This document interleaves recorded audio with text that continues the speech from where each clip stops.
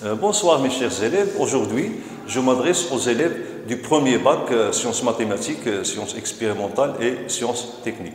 Et je vais vous présenter la leçon concernant le travail et puissance d'une force. C'est la deuxième leçon de la mécanique. La première leçon, c'était le mouvement de rotation d'un solide indéformable autour d'un axe fixe. Le plan de la leçon, avant de commencer, je vais le présenter. Dans un premier paragraphe, on va s'intéresser au travail d'une force, donc comment on le détermine. On va commencer par traiter, ou bien on traitera deux cas. Le premier cas, lorsque la force appliquée à un solide en mouvement de translation et le vecteur associé à cette force est constant.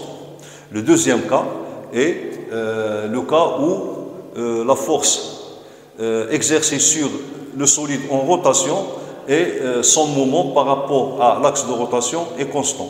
Et la deuxième paragraphe, donc on va définir la puissance d'une force. Alors on va commencer par le premier paragraphe, travail d'une force, et petit paragraphe 1, c'est travail d'une force constante.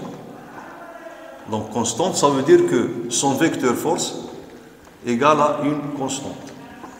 Donc travail d'une force constante appliquée sur un corps ou bien un solide. Alors toujours on s'intéresse au solide indéformable, donc appliquer un solide bien sûr indéformable en mouvement de translation.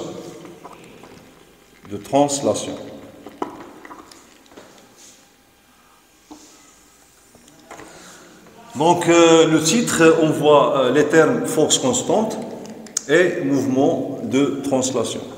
Alors pour la force constante, ça veut dire quoi? Ça veut dire que son vecteur reste constant au cours du temps. La force ne change ni direction, ni sens, ni intensité. Mouvement de translation, on a défini le mouvement de translation lorsque le corps est en mouvement et ne change pas son orientation dans l'espace. Okay? Donc, dans ce cas, le corps il est en mouvement de translation. Si je prends par exemple cette brosse, alors cette brosse, s'il ne change pas sa direction lors de son mouvement au cours du temps, okay, dans ce cas, on dit qu'il est en mouvement de translation. Tandis que si son orientation dans l'espace change, tel que ce cas, alors cette brosse n'est plus en mouvement de translation, elle est en mouvement de rotation. Ça veut dire qu'à chaque instant, l'orientation du corps dans l'espace change. Donc, je dois rappeler les effets d'une force dont son point d'application se déplace, ces effets sur un corps. Alors, lorsque une force se déplace, ça veut dire que son point d'application se déplace, alors elle a pour effet soit de mettre un corps en mouvement, soit mouvement de translation, ou bien mouvement de rotation, ou bien elle déforme le corps. Okay? Donc ce sont les deux effets d'une force dont son point d'application se déplace. Alors, quand la force travaille telle. Okay? Alors, par définition, la force effectue un travail ou bien travaille lorsque son point d'application se déplace. Okay? Donc, si le point d'application de la force est immobile, à ce moment-là, la force ne travaille plus. Okay? Donc, qui dit travail, dit déplacement. Ça veut dire que le solide doit être en mouvement. Okay? Bon, alors on va considérer un solide S qui est en mouvement de translation, ok, parce que en cette paragraphe, on s'intéresse du mouvement de translation. Donc on va considérer un solide en mouvement de translation et soumis à une force constante, dans le temps, bien sûr. Bon, alors voilà, soit est-ce un solide soumis à la force F qui est constante, voilà, et en mouvement, soit un solide et en mouvement de translation. Alors il fallait distinguer entre deux mouvements de translation. Le mouvement de translation rectiligne et le mouvement de translation curviligne. Alors le mouvement de translation rectiligne, lorsque la trajectoire du solide ou bien de son centre d'inertie, elle est rectiligne. Ok? Donc non pas de son centre d'inertie, mais tous les points du solide sont en mouvement rectiligne. Dans ce cas, il s'agit d'une translation rectiligne. Et puis, il y a translation curviligne lorsque tous les points du solide effectuent un mouvement de translation rectiligne. Ça veut dire que les trajectoires de tous les points ne sont pas des droites, mais elles sont des courbes. Ok? Alors, on va commencer par en translation. Ok? Alors, là, je vais distinguer deux translations. Petit a, ok? Donc, petit a, translation rectiligne. Bon, voilà, donc j'ai un solide donc, qui part du point A pour arriver au point B selon une trajectoire rectiligne. Alors, supposons que notre solide est orienté de cette façon. Voilà. Donc, on a S. Ici, le point. Et puis, je vais supposer que la force à laquelle est soumis ce solide a cette direction et ce sens. Donc, la force F.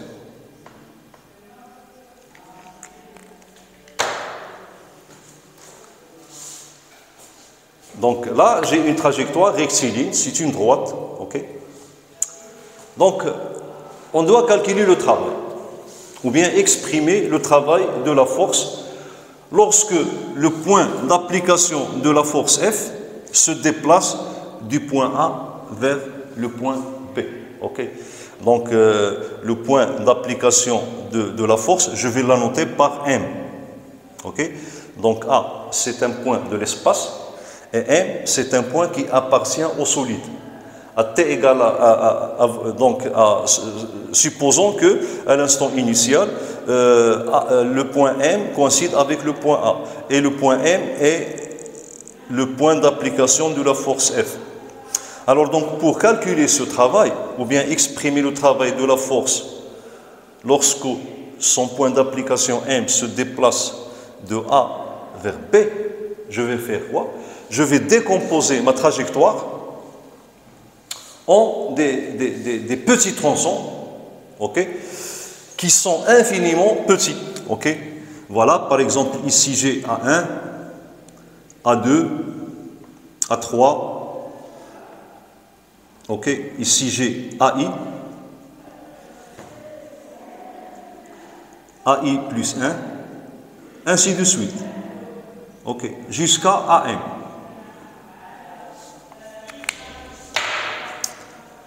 Donc la première des choses, pour calculer le travail de la force F lorsque son point d'application se déplace de A vers B, je décompose, ok, donc exprimons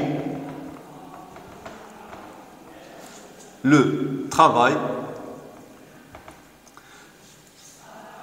Alors le travail, on le note par W. Alors W vient du mot anglais work, qui commence par W. Donc le travail de la force F, lorsque son point d'application se déplace de A vers B. Ok, je répète, le travail de la force F, lorsque son point d'application se déplace de A vers B. Alors je vais écrire tout ça, après je ne vais pas l'écrire. Okay? Exprimons le travail de F lorsque son point d'application, bon, qu'on a noté M, se déplace de A vers B. De A vers B. Donc pour ce faire, la première étape, c'est décomposons. Ça veut dire on décompose, en arabe, okay? Décomposons la trajectoire en petits tronçons, en petits tronçons infiniment petits. Infiniment petit.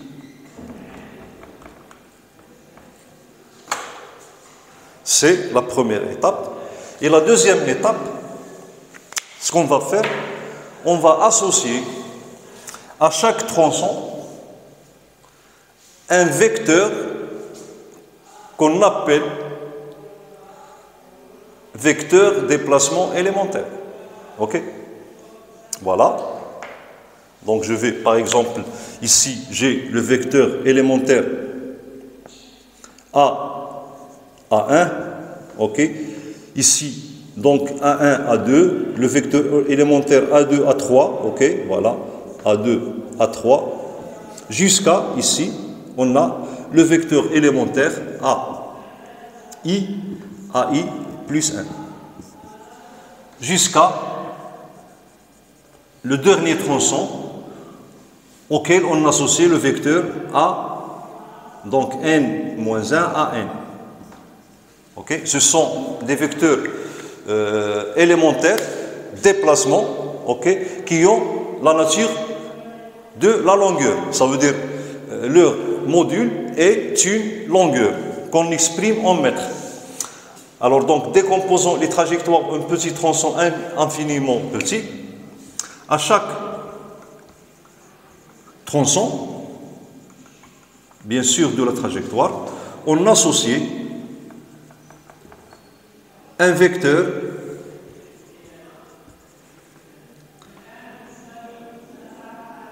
bon, à chaque tronçon, ici, je peux écrire, par exemple, AI plus 1. Alors, AI plus 1 représente les tronçons qu'on a obtenus suite à la décomposition du vecteur. Donc, à chaque tronçon, on associe un vecteur que je vais noter AI plus 1, ok, appelé, donc je vais l'écrire en notre couleur, vecteur déplacement élémentaire.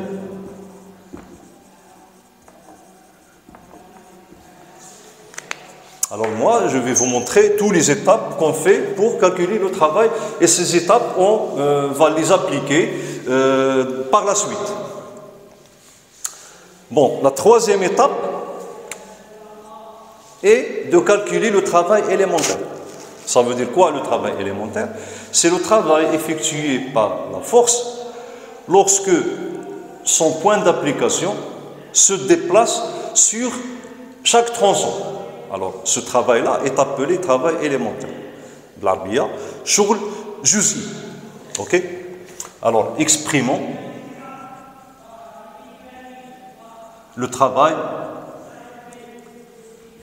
élémentaire. alors qu'on note par delta W petit i. Ok. Delta, ça veut dire élémentaire. WI, c'est le travail. Et I, c'est le travail effectué par la force sur un tronçon d'ordre I. Alors je vais m'arrêter sur petit delta. Ok, donc excusez-moi, j'ai pas l'espace. Ok, donc je vais effacer ce titre-là pour avoir de l'espace. Ok, donc voilà les données, je vais les effacer. Bon, des fois on utilise grand delta et des fois on utilise petit delta. Quelle est la différence entre ces deux notations? Alors delta, on l'utilise pour mentionner la variation d'une grandeur entre deux valeurs. Et ces valeurs sont largement différentes. Par exemple, j'écris par exemple delta x égale à x2, ça veut dire ou bien plus exactement x final moins x initial. Et x final est différent, est largement différent de x initial. Ok? Ça veut dire que delta x est appréciable. Ok? C'est une quantité, quand même on peut la déceler, ça veut dire c'est une quantité plus ou moins grande. Okay. Alors on utilise petit delta. Okay. Alors lorsque j'écris delta x égale à x final moins x initial, ça veut dire quoi? Ça veut dire que la différence entre x final et x initial, elle est proche de 0. Okay. Cette différence-là, elle est loin de 0, okay, tandis que x final moins x initial, elle est proche de 0. Ça veut dire quoi? Ça veut dire que x final est à peu près à x initial.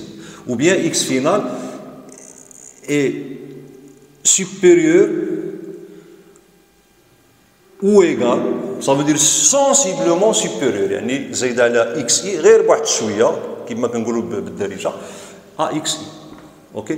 Donc c'est la distinction entre l'utilisation ou bien la notation grand delta x et la notation delta x. Okay? Donc ici, c'est un travail, okay, qui est proche de 0, ça veut dire assez petit. Donc c'est pourquoi on utilise delta minuscule.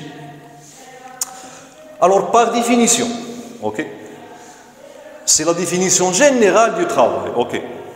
Donc nous, on utilise en cette année petit delta, mais lorsque vous allez étudier la dérivée en mathématiques, on va substituer ou bien remplacer petit delta par d, dx. Ok? Voilà, lorsque vous allez étudier la dérivée. Alors maintenant, restons à petit delta. Alors la définition du travail, c'est quoi? Donc expérimentons le travail élémentaire. Donc définition, voilà. Alors le travail élémentaire, lorsque, donc sur ce tronçon élémentaire, ça veut dire lorsque le point d'application de la force se déplace sur ce tronçon, et ce tronçon représente tous les tronçons qu'on a obtenus suite à la décomposition de la trajectoire AB. Donc petit delta et I, ça veut dire le travail élémentaire, égal au produit scalaire. De quoi? De la force F et le vecteur élémentaire AI plus 1. AI, voilà, AI plus 1. Donc c'est la définition du travail élémentaire. Alors ne faites pas de soucis parce que c'est une introduction pour trouver une expression simple du travail. Alors moi j'ai voulu que vous compreniez comment on a pu obtenir l'expression simple du travail, ok?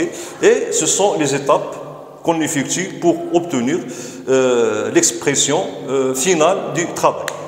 Bon, alors notre objectif est d'exprimer le travail, ok? Lorsque le point d'application de la force se déplace de A vers B, ça veut dire se déplace sur toute la trajectoire. Alors je vais continuer ici.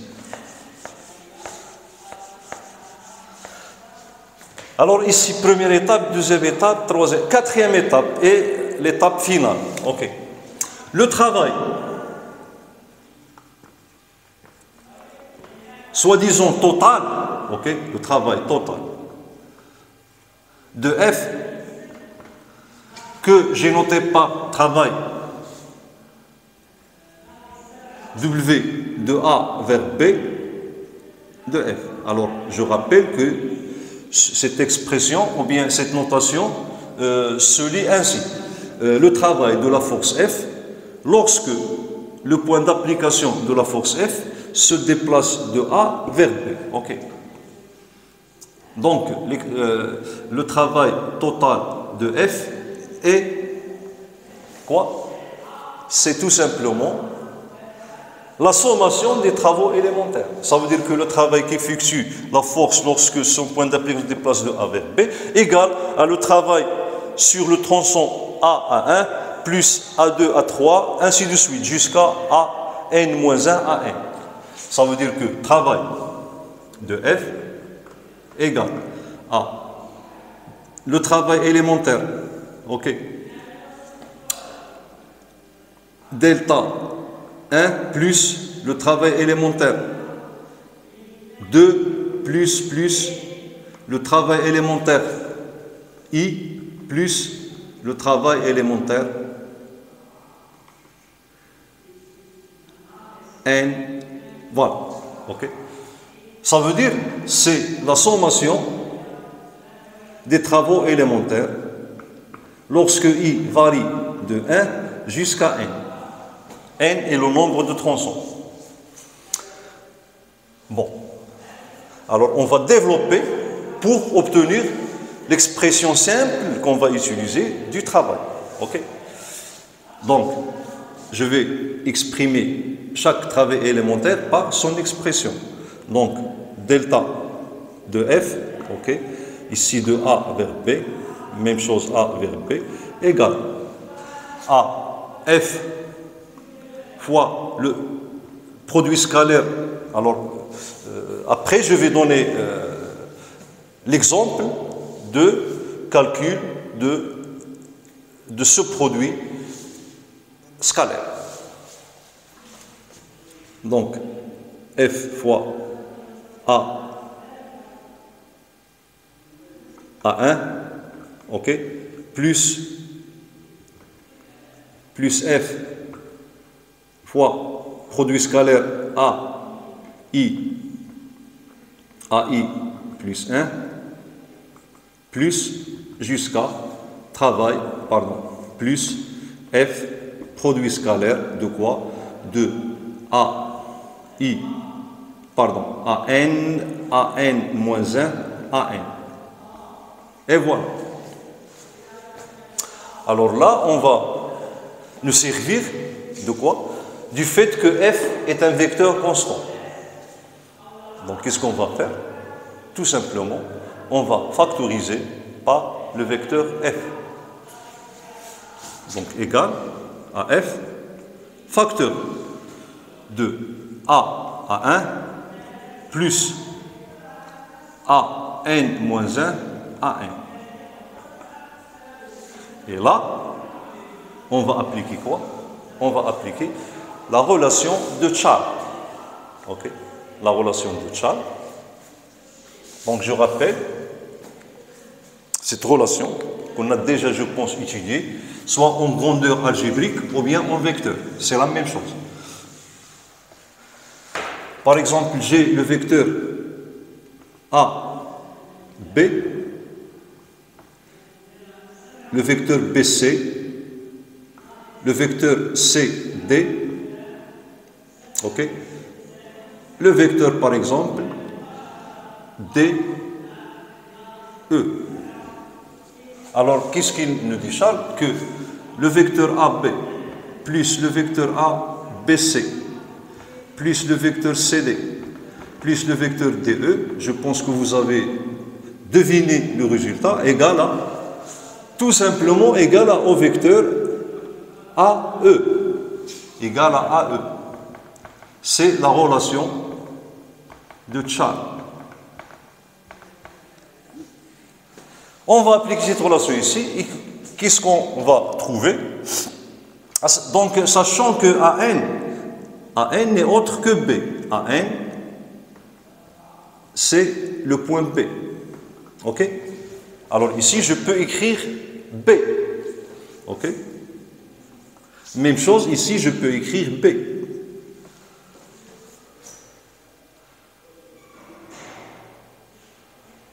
Donc, vous voyez que cette sommation va me donner égal à F fois le produit scalaire AB. Tout simplement. Ok?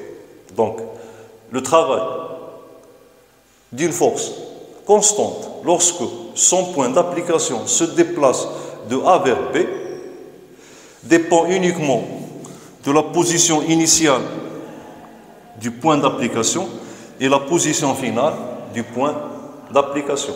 Elle est égale à produit scalaire de la force fois le vecteur déplacement. Donc AB est appelé vecteur déplacement. Donc ici, AI plus 1, c'est le vecteur déplacement élémentaire. Ici, c'est le vecteur déplacement tout simplement. Donc je vais encadrer ce résultat, travail de F. Voilà.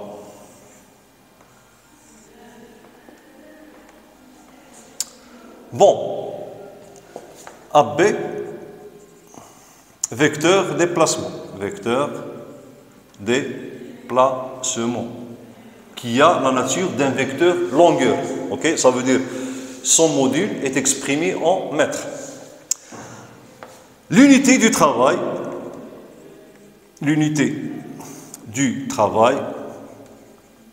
est, bon, dans le système international d'unité, à savoir, donc je rappelle que les systèmes internationaux d'unité, alors toutes les unités internationales qu'on utilise en sciences physiques dérivent de 4 unités fondamentales qui sont internationales. Ces unités sont le mètre, le kilogramme, seconde et ampère. Alors, donc, soit on dit dans le système international, ou bien le système MKSA. Donc, le travail, en fait, son unité dérive de ces 4 unités. Okay? Alors, l'unité de travail est le joule. Notez J. Ok? Notez J.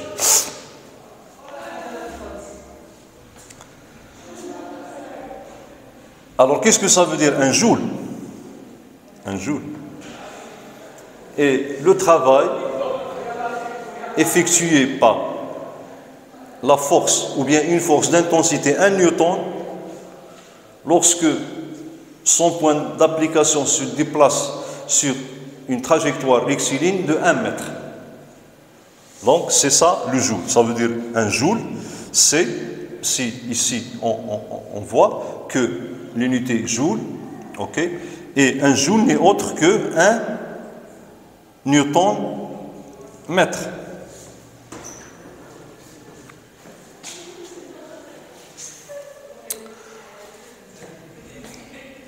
Maintenant, je vais donner un exemple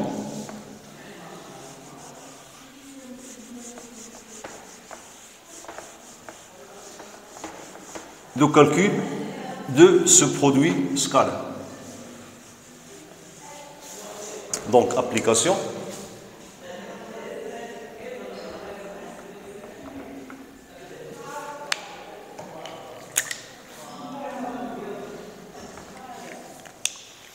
Alors, on voit comment on calcule le travail par deux méthodes. Première méthode, méthode géométrique. Deuxième méthode, c'est une méthode analytique. Alors ces deux méthodes, on va les utiliser tout le temps. En cette leçon et les leçons suivantes. Calculons le travail de F qui est constante, ok, tel que sa direction fait un angle alpha égal à, par exemple, 30 degrés, avec la trajectoire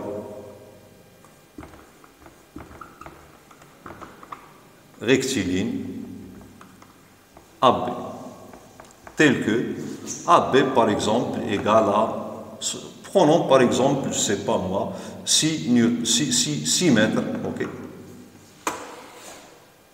Alors, sa direction fait un angle tel que, deux points, son intensité F égale à, par exemple, je ne sais pas moi, 5 newtons, ok. Et voilà. Alors là, pour répondre, donc, je vais vous tracer un schéma, pardon. Ici, j'ai A et B. Supposons qu'on a le corps, ok. Voilà notre force qui a une direction F alpha.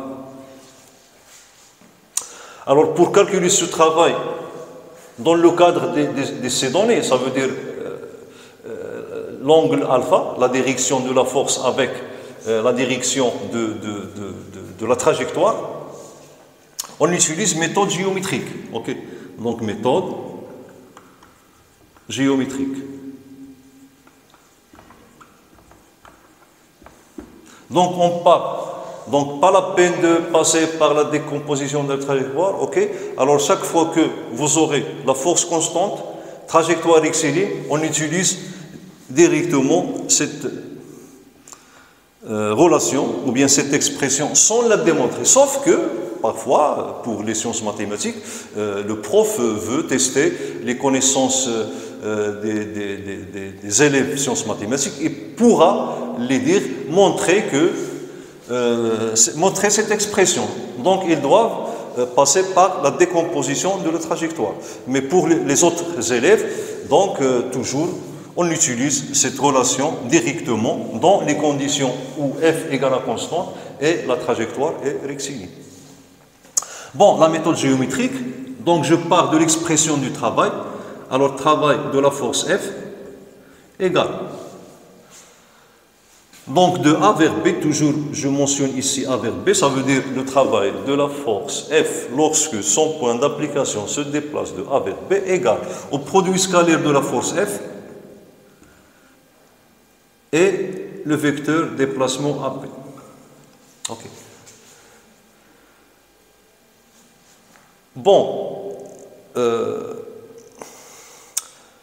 le travail d'après cette formule, ok, cette formule qu'on a écrite ici, c'est parce que le travail est le produit scalaire, et vous avez vu en mathématiques que le produit scalaire est une grandeur algébrique. Algébrique veut dire quoi? Veut dire que cet résultat peut être positif ou bien négatif, ça dépend. Alors c'est pourquoi que le travail est une grandeur algébrique, ok? Donc il fallait noter ça. Donc la définition que vous avez vue en mathématiques du produit scalaire égale tout simplement à l'intensité de la force F, ok, fois le module du vecteur AB, ça veut dire sa longueur, puisque le vecteur AB a une nature de vecteur longueur. Donc F fois la distance AB fois cosinus alpha.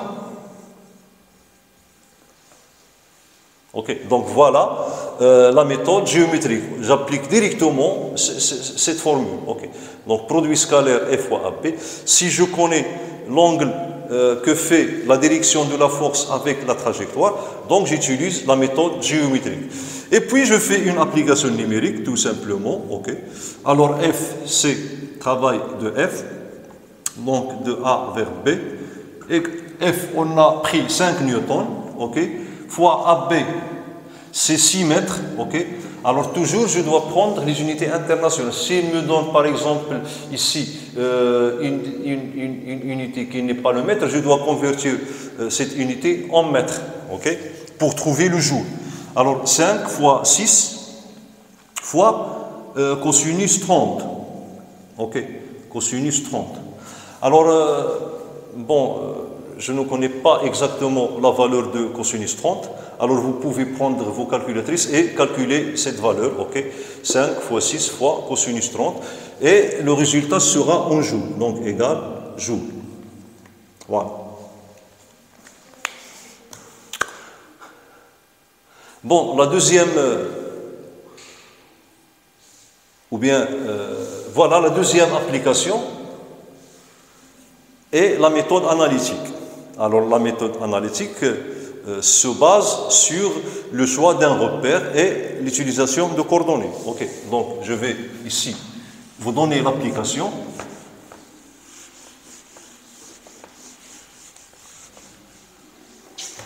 Alors ici, voilà, premier tiré, deuxième tiré. On va passer à la méthode analytique. Méthode. Bon, je dois tout d'abord vous écrire les données. Ok. Alors, dans un repère, bon, orthonormé,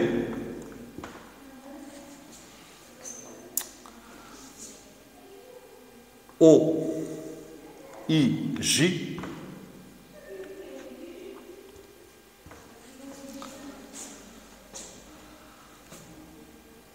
on a les coordonnées de F. Dans ce repère, c'est par exemple F, X, F, Y. Bon, alors j'ai pris un repère à deux axes, ok, et AB, qui est la trajectoire, ok, ou bien le point A pour coordonnées. Bon, je peux prendre par exemple XA, YA, et B a pour coordonnées. Donc, alors j'ai pris, dans le cas général, je n'ai pas donné des valeurs numériques à ces coordonnées pour qu'on reste dans le cas général. XA, YA, donc XB, YB.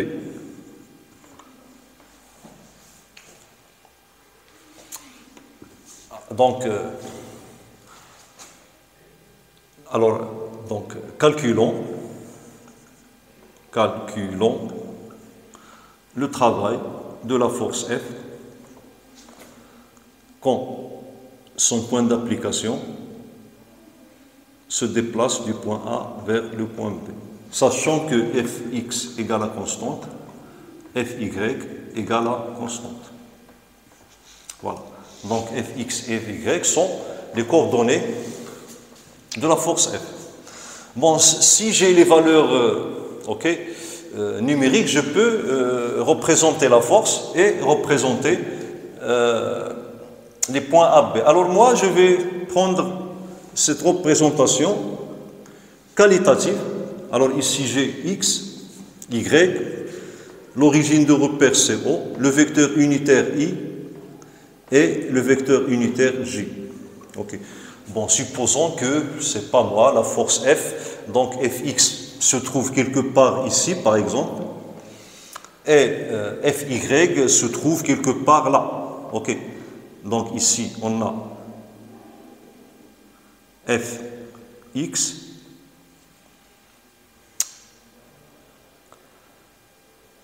bon, pardon, parce que ici, c'est pas comme ici, j'ai donné les points, ok, qui sont poursuivis. Ici, fx représente en fait quoi? Représente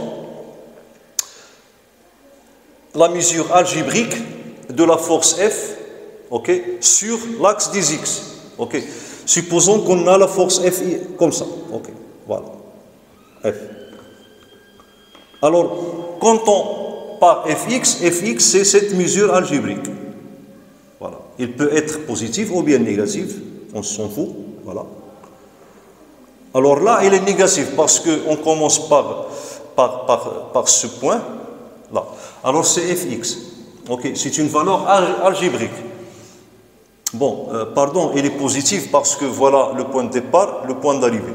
Tandis que sur l'axe des y, voilà la mesure algébrique de la force F sur l'axe des y, Fy. Alors dans ce cas, Fy, il est négatif, ok? Parce que l'extrémité de la force, c'est ce point, et ce point, il est inférieur à l'origine ça veut dire l'ordonnée de l'extrémité de la force, c'est ce point, tandis que l'ordonnée de l'origine de la force, c'est ce point, et pour trouver Fy, donc cette ordonnée moins celui-là. Alors je trouve Fy négatif. Tandis que ici, voilà, donc voilà l'abscisse de l'extrémité, l'abscisse de l'origine, et je vois que l'extrémité est supérieure. Donc Fx est positif d'après le schéma que j'ai pris. Donc Fx, il est positif, tandis que Fy, il est négatif. Ok, ça veut dire que 0 est supérieur à Fy.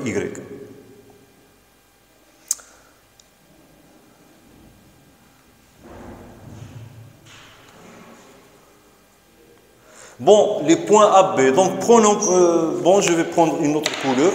Donc on représente, je ne sais pas moi, prenons par exemple ici le point A et ici le point B. Ok. Alors voilà, donc ici j'ai XA et là j'ai, pardon, ici XB, pardon. YB, donc là j'ai le point B, et ici j'ai le point XA, parce que ici j'ai le point A, et là j'ai le point XB. Et voilà la trajectoire. Donc c'est la représentation des points A, B et de la force F, dont le repère. Et voilà notre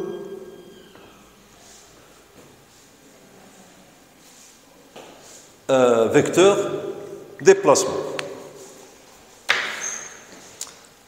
Alors là, donc, on va appliquer la méthode analytique. Alors j'efface la méthode géométrique. Donc méthode analytique. Méthode analytique. Ok. Donc je pars de la formule ou bien de l'expression de la force de A vers B, donc travail de A vers B de la force F égale au produit scalaire F AB. Alors là, je vais exprimer F dans mon repère, donc expression de F et AB dans le repère. Alors F égale Fx I plus FYJ. Tandis que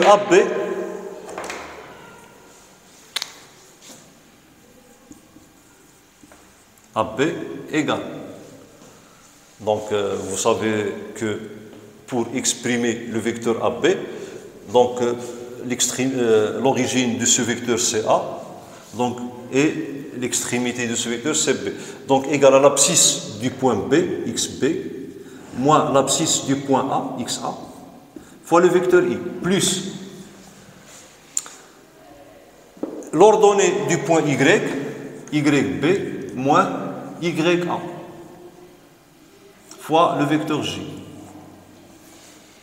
Et puis, je vais exprimer F et AB par ces deux expressions. Ainsi, le travail de F de A vers B égale. Donc F, c'est Fx I, plus Fy J. Facteur, donc là, je passe au produit habituel. OK.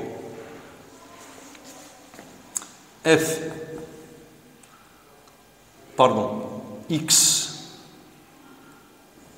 B moins XA I, voilà, plus YB moins YA J. Et là, je développe comme je développe avec le produit habituel qu'on utilise. Alors, donc, je vais commencer par là pour avoir de l'espace. Donc, égal. Ce travail-là qui est égal à quoi? Donc, Fxi fois Xb, Xa, I. Fx, voilà, X indice, Fx, fois Xb moins Xa. Alors, I fois I. OK? Et là, je vais ouvrir une parenthèse. Alors, le produit scalaire I fois le produit scalaire I, OK, nous donne le module de ce vecteur au carré. Et le module de I, c'est 1.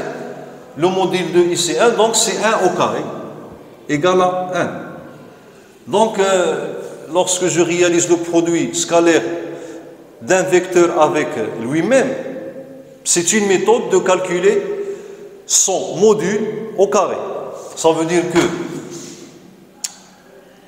le vecteur U fois le vecteur U, donc égal à le module du vecteur U au carré.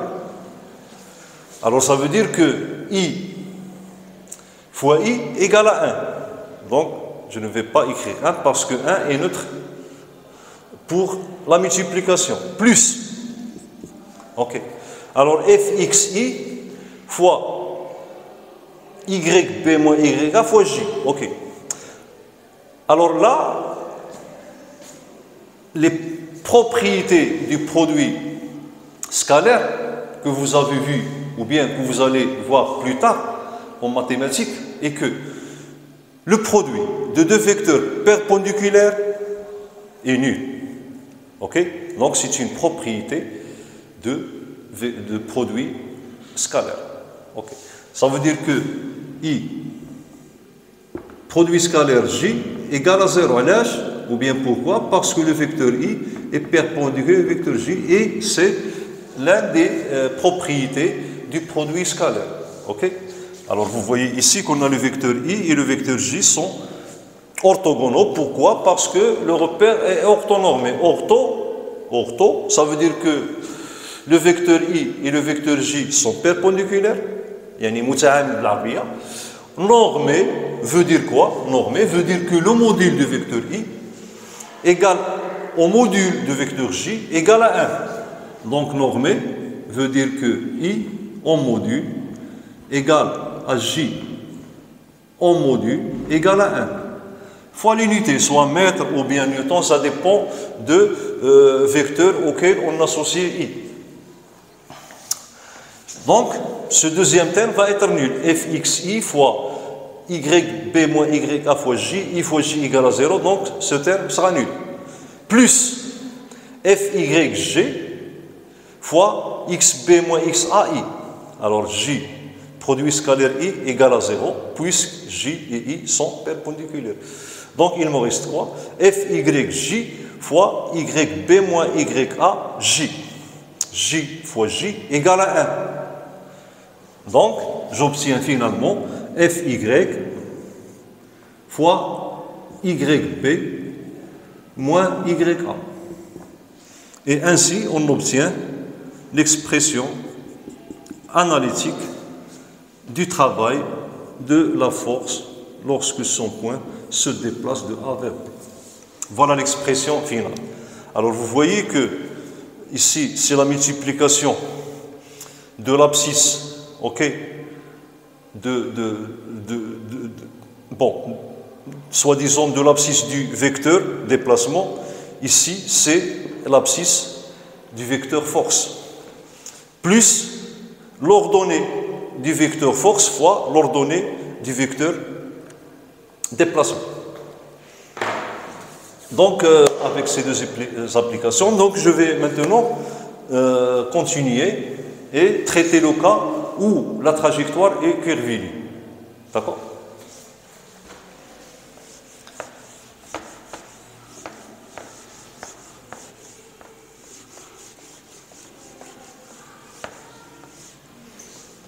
Donc, je pense qu'on est petit b,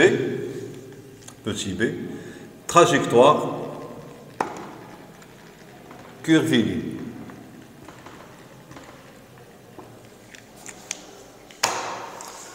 Alors, dans ce cas, le point d'application de la force se déplace sur une trajectoire qui est une courbe ou bien une trajectoire curviligne. Donc, je peux la représenter. Voilà, par exemple. Alors, mon corps solide, voilà le corps solide, ok. Le même corps solide, S, donc je dois avoir les mêmes figures, ok. Donc, je ne peux pas les refaire identiques. Voilà, donc ici, on a S, S. La force, donc peu importe, voilà la force F. Ok. Donc, ici, le point A, le point B et le point M qui représente le point d'application de la force qui est un point du solide, ça veut dire qu'il se déplace avec le solide. Alors, donc, on va nous servir de la décomposition de la trajectoire. Donc, calculons le travail de F lorsque le point d'application de la force F se déplace de A vers B. Donc, on décompose la trajectoire. Donc, on décompose la trajectoire en des trajectoires élémentaires ou bien des tronçons élémentaires. Ok. Donc, voilà, je décompose. Ok, ok, voilà, ainsi de suite.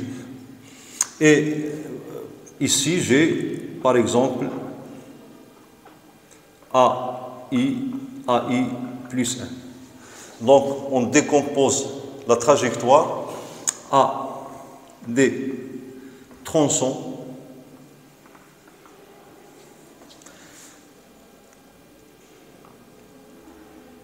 assez petits. Ok, donc pourquoi assez petits? Pour qu'on les considère comme des tronçons rectilignes. Ok? Donc ça veut dire que si je divise ou bien je décompose ces trajectoires en des petits tronçons, très très petits, donc ce tronçon, je peux le considérer comme rectiligne. Ok? Donc on décompose la trajectoire à des tronçons assez petits.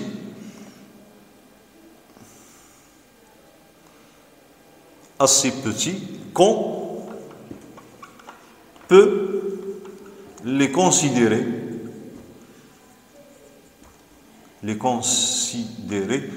comme des segments de droite,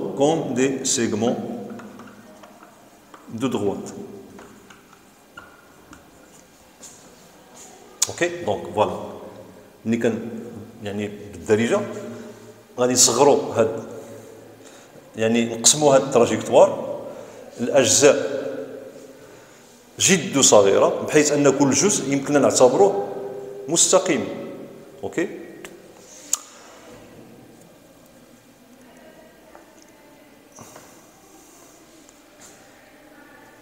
Et à chaque tronçon élémentaire, on va associer un vecteur déplacement élémentaire. Ok.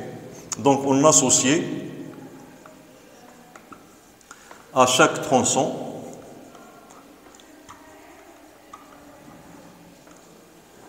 un vecteur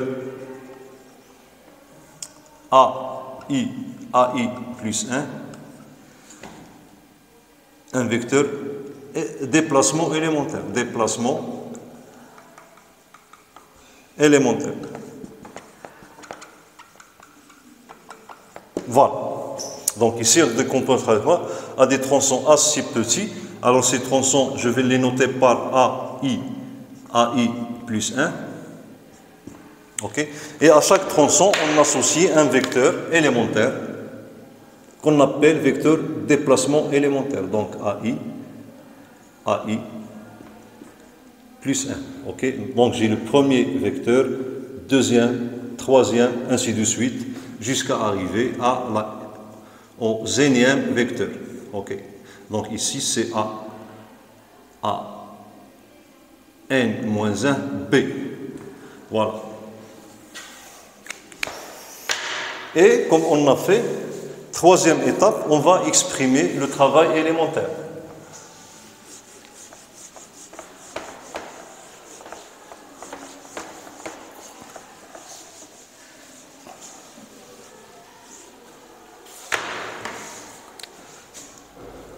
Bon. Travail élémentaire.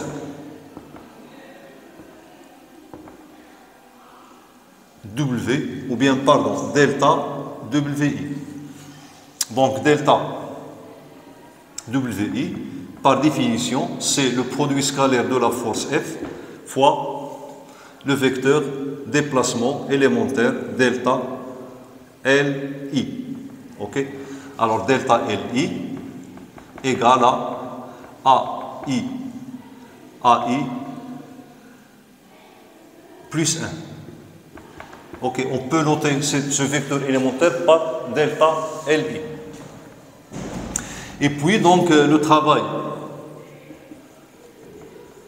total est donc W de F de A vers P sera égal à la somme des travaux élémentaires F fois delta LI.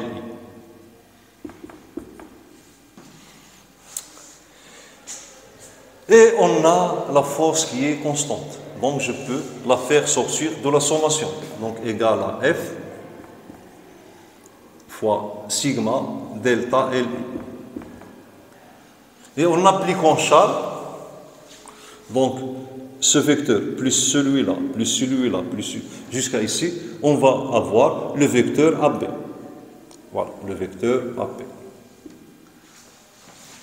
Égal à F fois AB.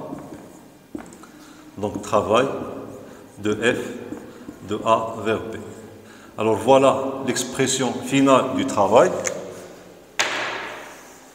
Et en observant cette expression, on remarque quoi? On remarque que lorsque la force est constante, son travail, lors du mouvement de translation, ne dépend pas de la trajectoire suivie, mais elle dépend uniquement de la position initiale et de la position finale de son point d'application. Alors, bon, yani بالعربية ملي كتكون عندي la force constante, son travail ما عندوش علاقة بلا trajectoire يعني بالمسار المتبع.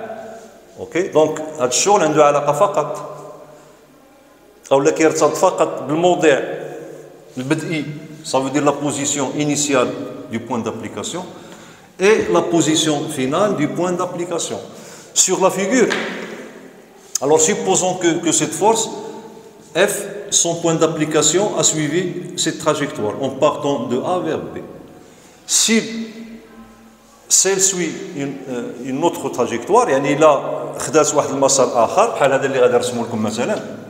اوكي ناخذ بلون اخر. اوكي دونك غادي نحي هذا الشيء اللي هنايا باش يبان لنا مزيان. اوكي voilà. Par exemple, supposons qu'il a fait cette trajectoire. Ok. La même force. Ok.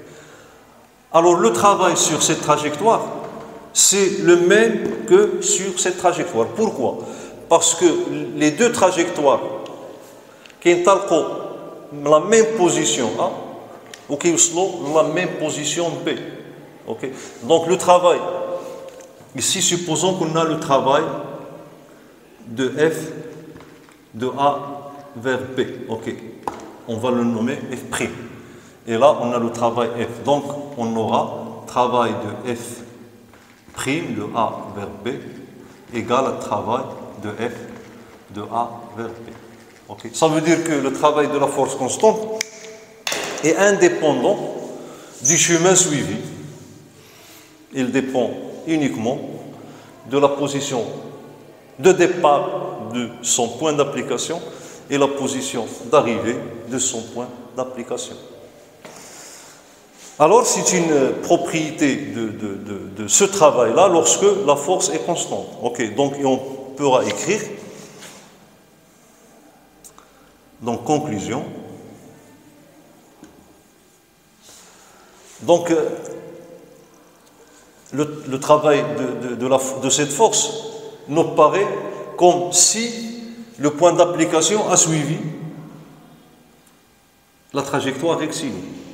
C'est comme si le point d'application s'est déplacé sur une trajectoire rectiligne. Donc, conclusion, le travail d'une force constante ne dépend pas du chemin suivi. Du chemin suivi. Il dépend uniquement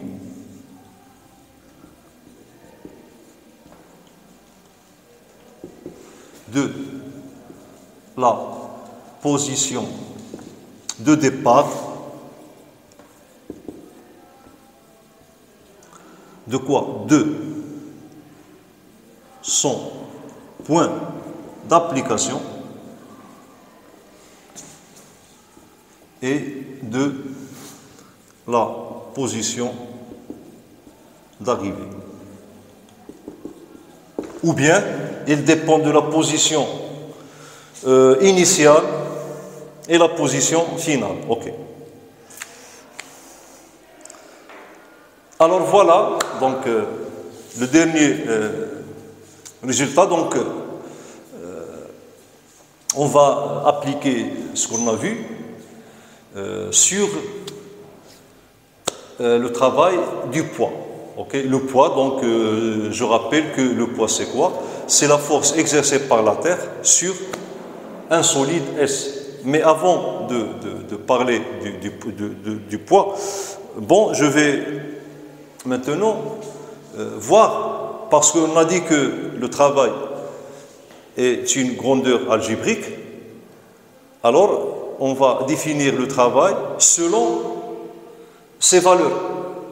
Ça veut dire si le travail est négatif, si le travail est positif, ici le travail est nul. Et on va partir de la méthode géométrique. Ok.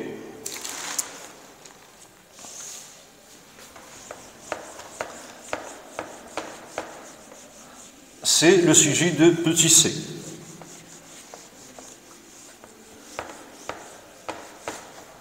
Petit c.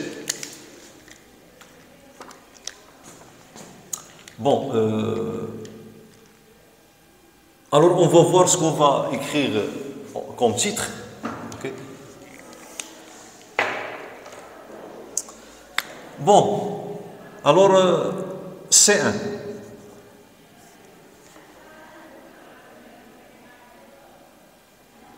Alors on a voilà, par exemple, la trajectoire. Ok. Donc, je vais me servir des schémas pour vous expliquer. Donc, la force qui est constante, F, on a A, B, et on a l'angle alpha. Ok. Donc, ici, on a alpha. Elle est, voilà, je vais tracer cette direction en pointillé. Donc, alpha, dans ce premier cas, il peut varier de 0, ça veut dire que F, elle est confondue avec AB, jusqu'à une valeur proche de pi sur 2, mais il ne sera pas pi sur 2. Donc, c'est 1 dans le cas où alpha est strictement inférieur à pi sur 2 et ici supérieur ou égal à 0. Donc lorsqu'on va effectuer le produit scalaire de la force et le vecteur déplacement AB, et en passant à l'expression géométrique qui me donne le module de F fois fois AB fois cosinus alpha. Alors dans ce cas qu'on a pris, ok, puisque alpha est compris ou égal à 0 et strictement inférieur, alors dans ce cas, on a le travail est strictement positif, ok. Donc le travail ici, il est strictement positif. Dans ce cas, la force contribue, il contribue dans le mouvement du solide S. Ok? Donc si le solide S est soumis à notre force F, elle contribue au mouvement de S. Ça veut dire qu'il favorise son mouvement. C'est pour cela que ce travail est appelé travail moteur. Donc le travail est moteur. D'accord? يعني أن القوة F, la force F كتساهم في الحركة ديال الجسم. OK. C2. Bon. Si alpha, cette fois-ci, voilà, je vais reprendre le schéma. Donc ici, on a A, ici B.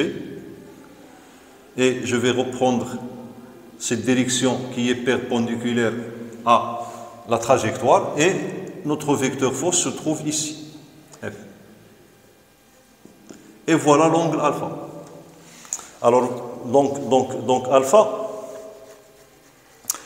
il peut être égal à pi sur 2 lorsque F est confondu avec AB. Ou bien, il peut arriver jusqu'à une valeur proche de pi sur 2, mais il ne prendra pas cette valeur. Ça veut dire que alpha, elle est strictement, inférieur ou égal à pi et strictement supérieur à pi sur 2. Okay. Ça veut dire que alpha se trouve donc dans cette zone. Okay. Alors dans ce cas, le travail de F, qui est égal à F fois AB, produit scalaire, qui est égal à F AB cosinus alpha, dans ce cas, elle est strictement inférieure à 0. Et d'après ce que vous avez vu en mathématiques, si alpha est comprise, ou bien est compris entre ces deux valeurs, son cosinus, elle est strictement positive. Si alpha est comprise, ou bien compris entre ces deux valeurs, alors le cosinus alpha, elle est strictement négative. C'est ce que vous avez vu en mathématiques. Alors dans ce cas, la force F, bien sûr, elle ne contribue pas au mouvement. Ça veut dire qu'elle n'aide pas le corps à se déplacer. Au contraire, il s'oppose au mouvement. Ça veut dire que c'est comme s'il empêche le corps de se déplacer. Dans ce cas, le travail,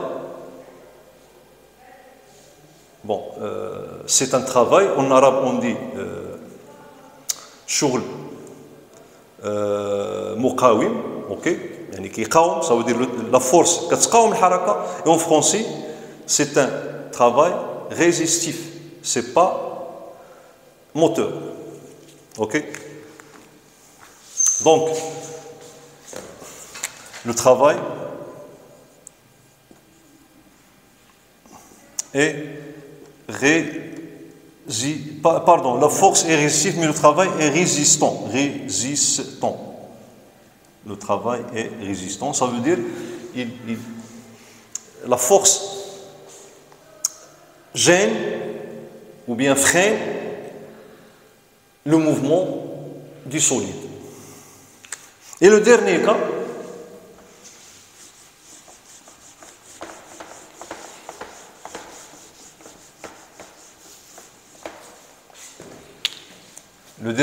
donc C3, dans le cas où pi est inférieur à, l'angle alpha égale à pi sur 2. Alors dans ce cas, on a cosinus pi sur 2 égale à 0, implique que le travail de F de A vers P égale à 0. Dans ce cas, F ne travaille pas. Ça veut dire il ne résiste pas au mouvement et ne provoque pas le mouvement ou bien ne contribue pas au mouvement. C'est le cas de voilà la trajectoire et voilà la direction de la force. Alors la force F est perpendiculaire à la trajectoire. Alors dans ce cas, F n'a aucune relation avec le mouvement. Si le corps est en mouvement, alors c'est grâce à d'autres forces. Si le corps est en mouvement retardé, ça veut dire si son mouvement est freiné ou bien est ralenti, alors c'est à cause d'autres forces et non plus de F. F, il ne favorise pas le mouvement et ne gêne pas le mouvement. Ça veut dire que F ne travaille pas. Et on va voir des exemples. Alors je pense que j'ai assez parlé, donc pour ne pas avoir une vidéo qui est longue, donc je vais m'arrêter ici et prochainement je vais continuer la deuxième partie de cette leçon qui est très longue. Merci pour votre attention et à la prochaine.